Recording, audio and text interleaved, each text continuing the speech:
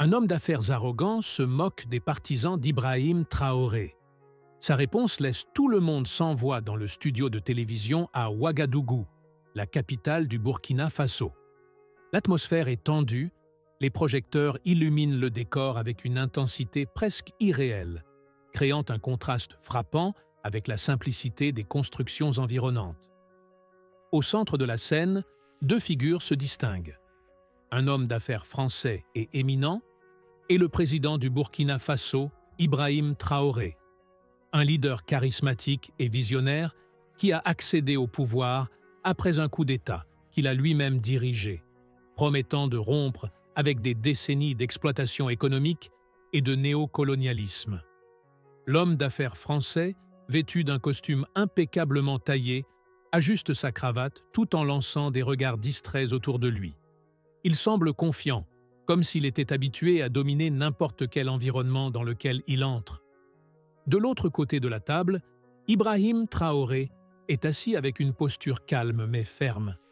Ses yeux reflètent la détermination et sa présence exhale l'autorité.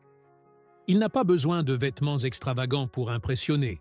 Sa force réside dans ses idées et la confiance qu'il inspire au peuple burkinabé.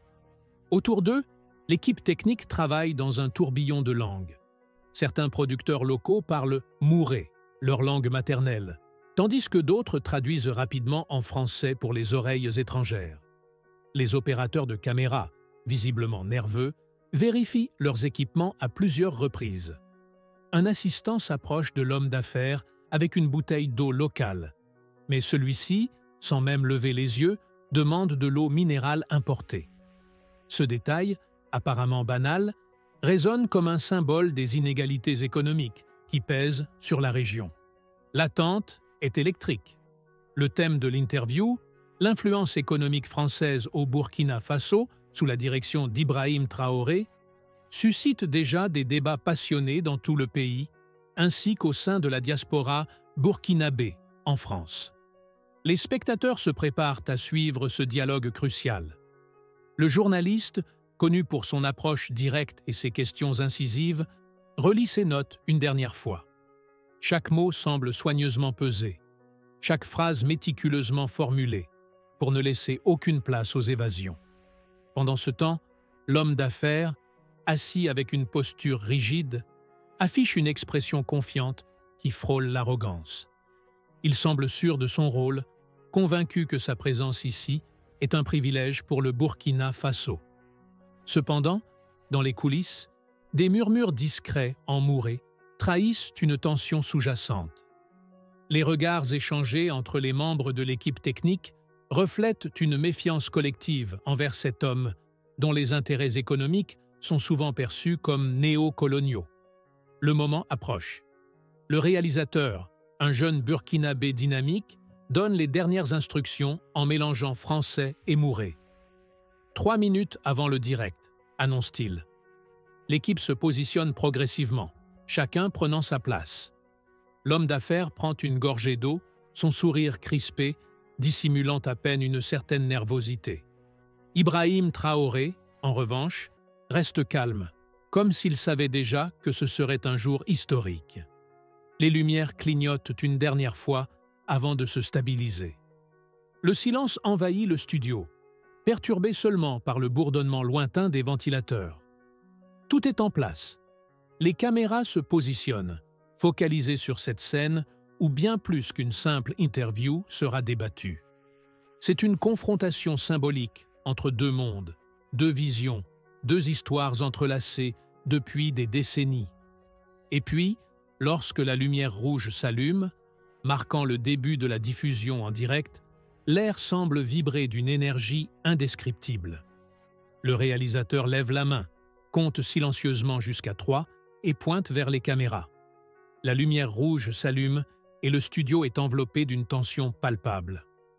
Le journaliste burkinabé, avec un calme professionnel, commence par une introduction réfléchie mais chargée de gravité. Mesdames et messieurs, bienvenue à cette édition spéciale consacrée aux relations économiques entre la France et le Burkina Faso, un sujet d'une importance extrême. surtout dans le contexte post-coup d'État dirigé par Ibrahim Traoré, qui a redéfini les dynamiques politiques et économiques de notre pays. L'homme d'affaires français, assis devant Ibrahim Traoré, écoute distraitement, son regard parcourant la salle comme s'il évaluait le public. Il porte un costume Armani impeccable, ses chaussures italiennes brillant sous les projecteurs. Son sourire légèrement condescendant trahit une confiance qui frôle l'arrogance. Ce n'est pas un homme habitué à être interrogé. Il est là pour dicter, expliquer et justifier. Le journaliste pose sa première question, directe et sans détour. « Monsieur, quelle est votre opinion sur les investissements français au Burkina Faso depuis l'accession d'Ibrahim Traoré au pouvoir? Comment voyez-vous l'avenir de ces relations économiques ?» L'homme d'affaires ajuste légèrement sa posture, comme s'il se préparait à livrer un discours préparé. « Les investissements français, répond-il d'un ton mesuré mais teinté de supériorité, ont toujours été un pilier du développement économique en Afrique de l'Ouest. Malheureusement, nous assistons aujourd'hui à une montée de politiques anti-occidentales dirigées par des figures comme Ibrahim Traoré, qui menacent non seulement nos intérêts, mais aussi la stabilité économique de cette région. » Il marque une pause, fixant soigneusement la caméra avant de continuer. La France, rappelons-le, a joué un rôle civilisateur essentiel ici. Nos entreprises ont construit des infrastructures, créé des emplois et permis à ce pays de se développer. Ceux qui critiquent notre présence aujourd'hui devraient se demander à quoi ressemblerait le Burkina Faso sans notre soutien. Un murmure discret parcourt l'équipe technique. Certains échangent des regards entendus, tandis qu'un opérateur de caméra grince des dents. Ibrahim Traoré, jusqu'alors silencieux, lève un sourcil, comme s'il évaluait les paroles de l'homme d'affaires. Le journaliste, impassible, note rapidement quelque chose dans son carnet avant de lever les yeux. Vous parlez d'un rôle civilisateur, mais beaucoup ici voient cela comme une forme de néocolonialisme économique. Comment répondez-vous à ces accusations? L'homme d'affaires rit doucement, un rire sec et méprisant. Néocolonialisme. C'est un terme utilisé par ceux qui refusent de reconnaître les bénéfices mutuels de nos partenariats. Nous investissons, créons des opportunités et, en échange, nous recevons des matières premières et des marchés stables.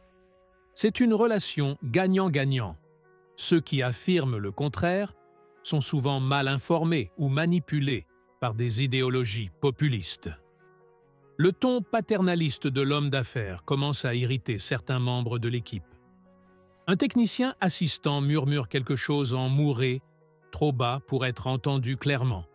Mais son expression furieuse ne laisse aucun doute sur ses sentiments. Le journaliste, cependant, reste professionnel, hochant légèrement la tête comme s'il pesait les mots de son invité. « Permettez-moi d'insister, » dit-il, posant ses notes sur la table. Si ces relations sont si bénéfiques, pourquoi tant de Burkinabés, y compris des experts économiques, dénoncent-elles des pratiques injustes, notamment en ce qui concerne le franc CFA et les transferts financiers vers la France? L'homme d'affaires hausse les épaules, comme si la question était sans importance. Le franc CFA est une monnaie stable qui garantit la sécurité économique de cette région. Quant aux transferts financiers, ils sont réglementés par des accords internationaux transparents. Ceux qui critiquent ces systèmes ne comprennent souvent pas leur fonctionnement complexe. La tension dans le studio devient presque tangible. Les regards des techniciens convergent vers l'homme d'affaires, leur visage exprimant un mélange de colère contenue et de frustration. Le journaliste, sentant l'atmosphère chargée, décide de pousser encore plus loin. Et que pensez-vous des mouvements populaires, inspirés par des figures comme Thomas Sankara ou même les actuels partisans d'Ibrahim Traoré, qui réclament une rupture totale avec ces systèmes qu'ils considèrent comme oppressifs? L'homme d'affaires esquisse un sourire sarcastique. Ces mouvements, répond-il avec une indifférence calculée, sont souvent conduits par des idéalistes qui ignorent la réalité économique. Ils rêvent d'autonomie, mais sans comprendre que l'indépendance économique totale, dans le contexte actuel, serait un suicide financier pour ce pays. Ces mots provoquent une onde de choc dans le studio. Un murmure indigné parcourt l'environnement, suivi de quelques exclamations étouffées en mourré. Un jeune assistant de production, jusqu'alors discret dans un coin du studio, serre les poings, visiblement bouleversé.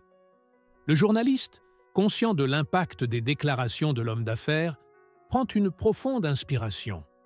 Il sait que ce dialogue vient de franchir une frontière fragile. Mais alors que l'homme d'affaires poursuit son discours avec une confiance presque inébranlable, il ne réalise pas encore que, dans cette pièce, ses paroles ont allumé une flamme qu'il ne pourra pas facilement éteindre. L'interview n'est pas seulement un échange d'idées.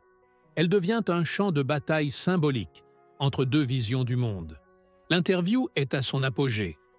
L'homme d'affaires, conscient de la situation tendue, ajuste sa posture et se redresse dans son siège, prêt à répondre à tout ce qui pourrait venir. Le journaliste, lui, n'a aucune intention de lâcher prise. Il voit bien que la conversation prend une tournure inattendue, et il le ressent dans l'atmosphère de la salle. C'est comme si chaque mot échangé entre eux allait déterminer l'issue de l'émission. Le journaliste prend une grande inspiration et lance une dernière question, à peine voilée, mais tranchante. « Alors, monsieur, vous affirmez que l'opposition entre vous et le président Ibrahim Traoré est basée sur des idéaux opposés. Mais ne serait-il pas plus honnête de dire que vous craignez pour vos privilèges et votre influence, surtout si Traoré parvient à concrétiser ses réformes? Votre emprise sur le marché serait-elle remise en question? » Un silence lourd tombe sur la pièce. L'homme d'affaires, visiblement irrité, serre les poings sous la table. Ses yeux lancent un éclat froid. Pourtant, il reste calme, tentant de maintenir une façade de maîtrise. « Je ne crains rien, » répond-il lentement. « Ni mes privilèges, ni mon influence. Ce n'est pas cela qui est en jeu ici. Ce que je défends, c'est une vision d'un avenir où l'économie reste stable, où l'investissement peut prospérer. Ibrahim Traoré, lui, veut bousculer l'ordre des choses. Mais quand on détruit tout ce qui a été bâti, qu'est-ce qu'il reste? Mais avant qu'il n'ait pu terminer, une voix familière s'élève dans le studio.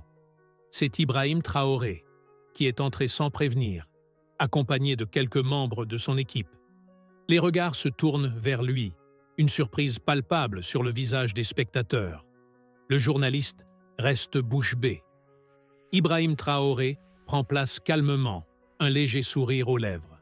« Monsieur, je vois que vous avez trouvé de bons arguments pour défendre l'injustice, » dit-il d'une voix calme mais ferme. « Mais ce que vous oubliez, c'est que l'injustice a des conséquences, et que l'avenir appartient à ceux qui sont prêts à se battre pour la vérité, même si cela dérange. » L'homme d'affaires, pris de court par cette entrée imprévue, semble légèrement perturbé. Mais il reprend rapidement son sérieux, défiant du regard le président Traoré. « Alors, monsieur Traoré, que proposez-vous?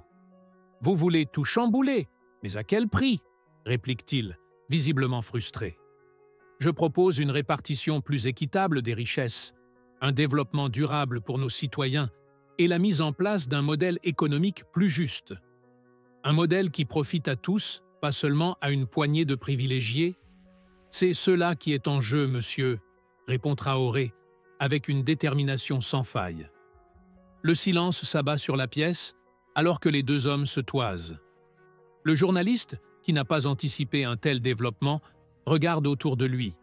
C'est la confrontation directe entre deux visions diamétralement opposées. Mais il sait que l'issue de cette rencontre pourrait changer le cours des événements dans le pays. L'homme d'affaires se tourne vers le journaliste, brisé, comme s'il avait perdu une partie de son pouvoir. L'instant est décisif. Il ouvre la bouche, mais aucun son ne sort. Il sait qu'il ne peut plus manipuler l'histoire à sa guise. Il sait que Traoré, par son discours, a pris l'avantage. Dans un dernier élan de défensive, il tente d'argumenter, mais le président Traoré le devance, se levant et se tournant vers l'audience. Le temps de l'ancien monde est révolu, dit-il, sa voix résonnant dans la salle. Un monde où certains pensent pouvoir tout contrôler, sans rendre des comptes. C'est une ère de changement qui commence, et elle ne peut plus être arrêtée. L'homme d'affaires baisse la tête, comprenant que l'émission a pris un tournant qu'il n'avait pas prévu. Le public est captivé, et un sentiment de victoire se lit sur le visage de Traoré. L'émission touche à sa fin, mais cette confrontation marquera les esprits. Le journaliste, après quelques secondes de silence, conclut avec une voix solennelle. « Nous venons de vivre un moment historique, une rencontre qui pourrait bien décider du futur du pays. Merci à vous deux, messieurs, et à nos téléspectateurs, pour avoir été témoins de cette discussion cruciale. » Alors que les lumières du plateau s'éteignent et que la caméra se coupe, l'homme d'affaires se lève lentement, l'air abattu. Ibrahim Traoré, lui, se tient droit, une lueur de détermination dans les yeux. Le combat n'est pas terminé, mais une chose est claire, la dynamique a changé. Si ces histoires vous touchent, alors imaginez plonger encore plus profondément dans des récits inspirants et bouleversants. Des histoires vraies, des parcours de vie extraordinaires, des combats contre l'injustice et des triomphes qui défient toutes les attentes. Découvrez « Je sais pourquoi chante l'oiseau en cage » de Maya Angelou, Une vie de Simone Veil ou encore Nelson Mandela. La couleur des sentiments, des témoignages puissants de résilience et de courage. Si vous aimez les grandes histoires de revanche et de justice, Le Comte de Monte Cristo ou Ne tirez pas sur l'oiseau moqueur vous captiveront. Et pour des récits qui célèbrent la différence et la force intérieure, Wonder et La couleur des sentiments sont des incontournables. Vous trouverez tous ces livres en description de la vidéo. N'hésitez pas à cliquer pour les découvrir et vous laisser emporter par ces histoires qui résonnent avec celles que nous racontons ici. Ce sont des liens d'affiliation, c'est-à-dire que si vous achetez un livre en passant par un lien, nous toucherons une petite commission, ce qui aide la chaîne à se développer. Nous vous en remercions d'avance. Avant de partir, dites-nous d'où vous regardez cette vidéo dans les commentaires. Et si vous avez apprécié cette histoire, n'oubliez pas de vous abonner à la chaîne et d'activer la cloche pour ne rater aucune de nos prochaines vidéos. Nous publions 4 vidéos par jour, à 7 h, à midi, à 15 h et à 19 h, et ce, tous les jours.